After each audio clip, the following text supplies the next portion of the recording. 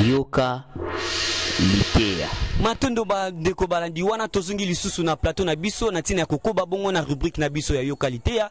Kasi yamba kokoba toko senga na bino ete désormais boko bon kolanda biso lisusu na YouTube Vuvamu Télévision 2019. Nde wana tozali bongo kokoba na kati ya rubrique na biso Yoka Litea o ezali bongo na kati ya émission na bino bo message na kolanda tango nyoso baindo bolamuka.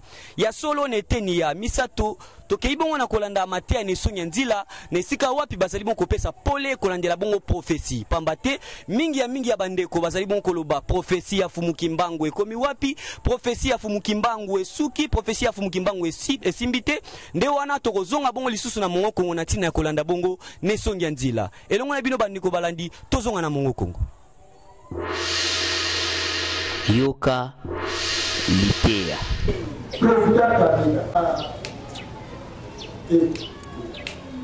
Dongonia asimba kikombo ya kumukimbangu mawa na baiba kundisa kaina 2000 mawa na baiba kundisa ki message na 2001 mawa na baiba kundisi president kabila tano kasi yokola prophecy bali hapo kundisa yeka Kongo motei ndongi hapo kundisa yeka hapo sosola pre quatrième président, le président Kabila. Aïe, aïe. À ça ici, peut-être, Sidi. Hein? Comme au Bogota. Alors, Tolombi et Tumba. Tant que Silici, Tolobolana, le Pini et Bitumba. Nous pouvons être sur Kibayay. Le mot d'Amona, bien. Pour le même fatigue moustache, pour la Bolande et la Bitumba.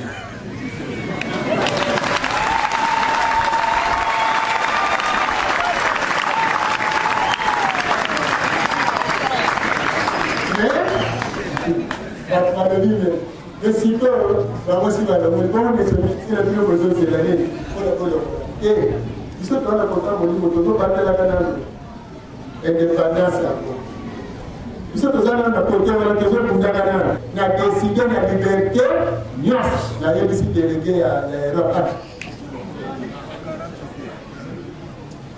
Et le fier de Gacha. Congo n'a pas congolais. Par exemple, si on a quitté, on va quitter, on va bien gagner, on va s'en aller. Mais quand on va mourir,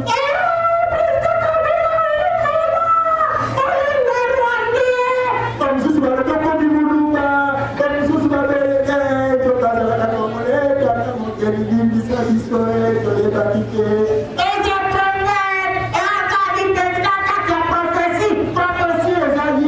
Prophétie est sauveuse, hein? Ils sont dans ma caisse. Je vais te la bombe à vous.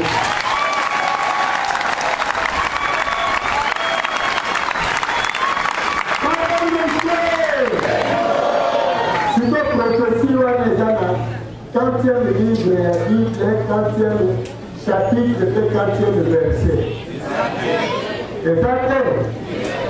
Voilà les prophéties. Cette Bible que vous lisez, prophète, il a fait la prophétie. Alors, Nathan, c'est le plus grand prophète. Hein? Oh, il y a Sakola. Vous me dites vous?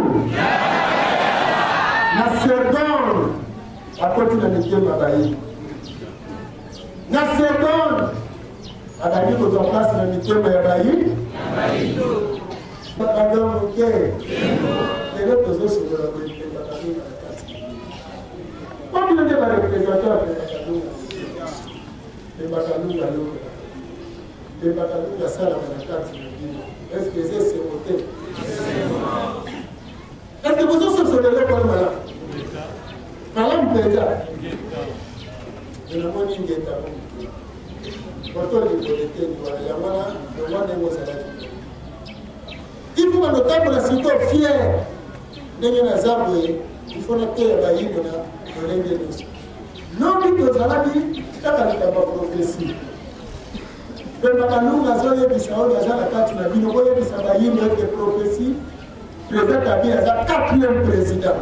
basusu balobi aza 4e te aza 3e na mosuni aza 4e na molimo aza 3e badekita eza yete aza continue ebakata na ye bamosusu baprofesie mosuka kusala mosila nani mpe bakalonga alobi ndani aza na kati na bino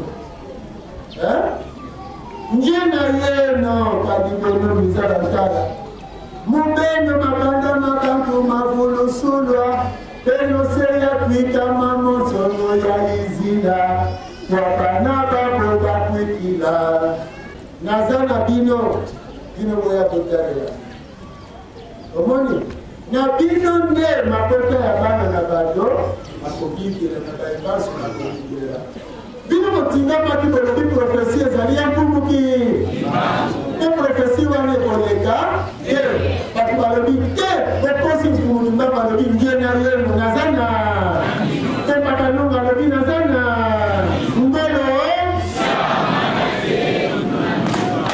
Etene vinga nuvinga